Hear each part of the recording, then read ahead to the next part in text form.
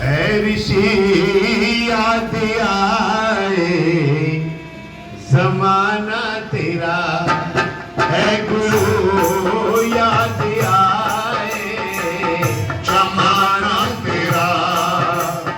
अरे माना सारे जग में और माना सारे जग में, फसाना तेरा है गुरु याद आए, जमाना तेरा है ऋषि याद आए, जमाना तेरा।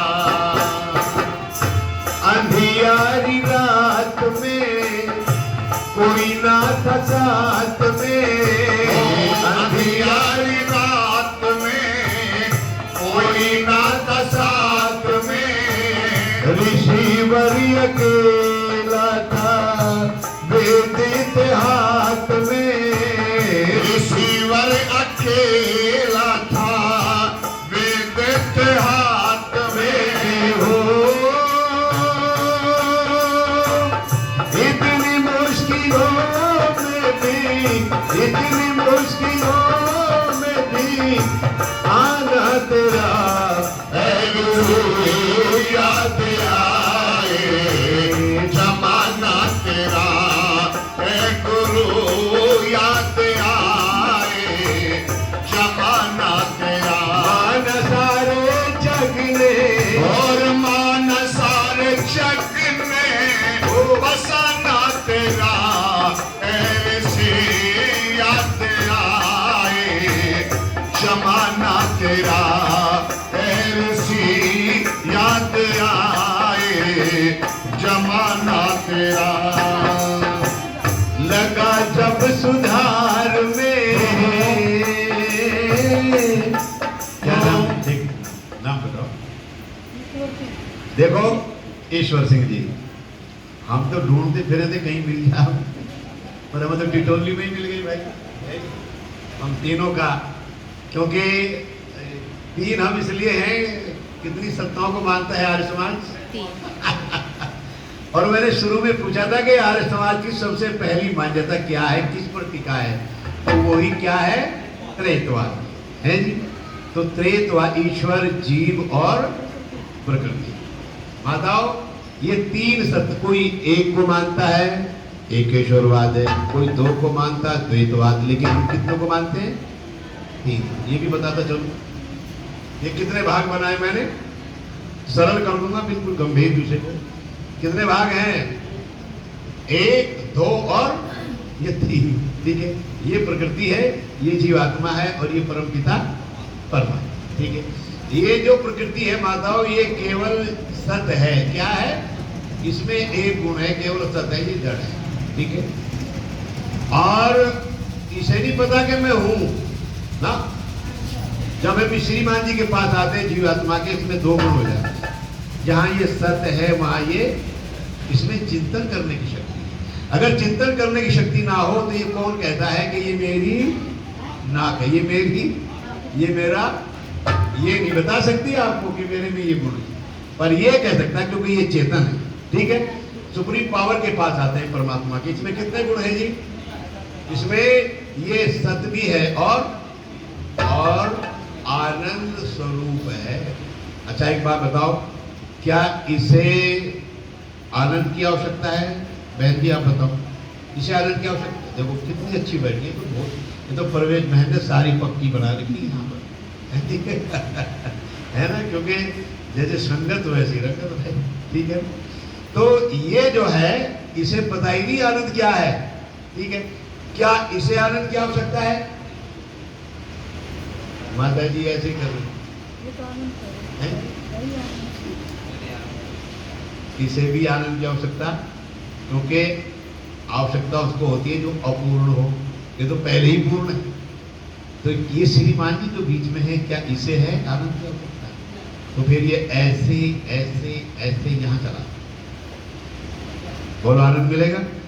यहाँ है ही नहीं, मुझे पता ही नहीं आनंद क्या है। फिर ये ऐसे ऐसे ऐसे फिर यहाँ आ गया, बोलो मिलेगा? लेकिन इसकी प्रॉब्लम क्या है जयपाल जी, ये फिर भाग गया, फिर आया, फिर भाग्य टिकता नहीं, स्वामी जी कहते हैं इसकी प्रॉब्लम यह है कि ये टिकता नहीं। फिर योग दर्शन ने 3 बातें कही, अभ्यास, वैराग्य और शुद्धिकरण, ठीक है ना। बार बार निरंतर अभ्यास करो, अभ्यास करो, ठीक। और शुद्धिकरण भी 2 प्रकार का होता है, एक बाहर का, एक अभ्यास। बाहर का तो सबसे जल्द से हो जाता है, पर अंदर से सत्य से पवित्रता होती है। बार बार अभ्यास करो, अभ्यास, वैराग्य, किसी भी वस्तु में राग, बोलो, ये 3 चीजें वो मुख्य रूप से बताता है। फिर अभ्यास करते करते बेटा मेरी तरफ देखो, ऐसे ऐसे ऐसे, फिर ये ज्ञान टिक गया, ये 3 अभ्यास करके। तो मुद्रा कौन सी बन गई बेटा जी? ध्यान मुद्रा, ज्ञान मुद्रा, है ना। राम को देखिए, कृष्ण को देखिए, शिव को देखिए, इसी में संध्या कर रहे हैं सीधे, ऐसे ही बैठे हैं। आज मैंने वहाँ अनेक कितने बच्चे थे, सबको संकल्प कराया, ना टीचरों को पता संध्या करनी चाहिए कि नहीं करनी चाहिए, ना बच्चों को, तो जो टीचरों को ही नहीं पता, बच्चों को कहाँ बताएं। तो इसलिए ये तो ऐसे बैठ करके हम उस परमात्मा का सुबह शाम देखो। एक जमाना वो था जब शाम होती थी, सूर्य दिन छिपता था, पुराने लोग बैठे मेरा समर्थन करेंगे, यूँ कहते थे अगर घर में कोई बीमार पड़ा ना, अरे इसके सिर के नीचे हाथ लगा के बैठा कर दो खाट पे, क्योंकि अब परमात्मा के चिंतन का समय हो गया। ये सब बड़े लोग जानते थे, राम के नारे ऐसे बैठते हैं जी। आज ये परंपरा, ये जितनी माताएं बैठी है, कौन है? जब आपका बेटा आपसे सवेरे सवेरे कुछ मांगे खाने के लिए, उसे कहो चल पहले 5 मिनट बैठ करके गायत्री मंत्र का पाठ कर। संस्कार बन गया ना यहीं से।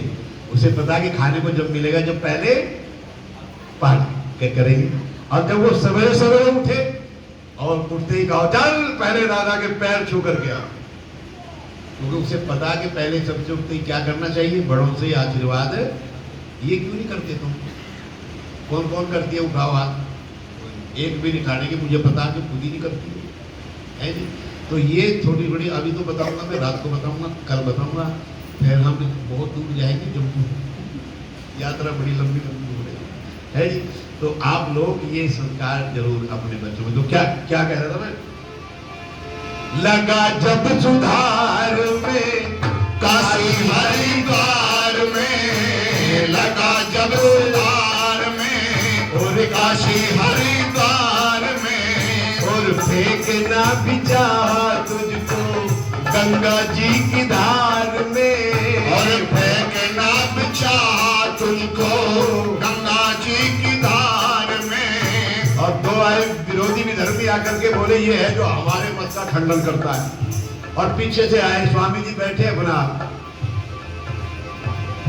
ध्यान कर रहे थे, पीछे से आए, उन्होंने सोचा बगल में हाथ देकर उठाकर फेंक दो गंगा में, है जब ऐसे नीचे बगल में हाथ दिए तो स्वामी जी ने वहीं दबा दिया, और दबा करके प्राणायाम खींच करके जल में कूद पड़े। कभी नीचे कभी ऊपर, कभी नीचे कभी ऊपर। और फिर बोले दया दया दया की भीख मांगी। तो दयालु दयानंद ने उन दोनों को दया करके छोड़ दिया, कहा जाओ भगवान तुम्हें सुधि प्रदान करे।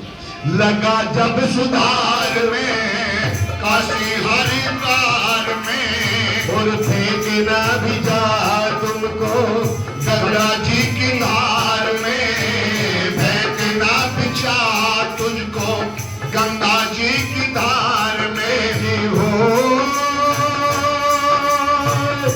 काम थके तो का लाना तेरा, ऐसी याद आए जमाना तेरा, है गुरु याद आए जमाना तेरा। हर माना सारे जग में, माना सारे जग में हो फसाना तेरा, है गुरु याद आए जमाना तेरा, ऐसी याद आए जमाना तेरा। हवा प्रतिकूल थी,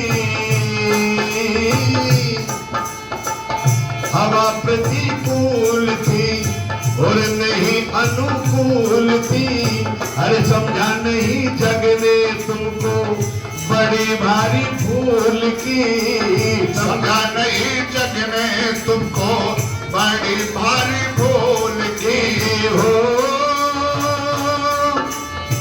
न छोड़ा जालिमों ने, न छोड़ा जालिमों ने सताना तेरा, ऐसी याद आए जमाना तेरा, ऐसी याद आए जमाना तेरा। अरे माना काम वेदों का था, काम वेदों का लाना तेरा, ऐसी याद आए जमाना तेरा, ऐसी याद आए जमाना तेरा। मैं सभी का जो भी पुरस्कार दे रहे हैं, भगवान अंधन के आपके मंडल भरे, बहुत बहुत धन्यवाद। अभी बहुत जीना था और अभी और जीना था, और कार्तिक का महीना था, और कार्तिक का महीना था। कर्मठ दिया जहर जगन्नाथ वो कमीना था, कर्मठ दिया जहर जगन्नाथ वो कमीना था। हो याद जहर पी कर भी, याद जहर भी कर भी मुस्कुराना तेरा, ऐसी याद आए जमाना तेरा, ऐसी याद आए जमाना तेरा। मान सारे जागे ने फसाना तेरा, ऐसी याद आए जमाना तेरा, ऐसी याद आए जमाना तेरा। आप भी एक बार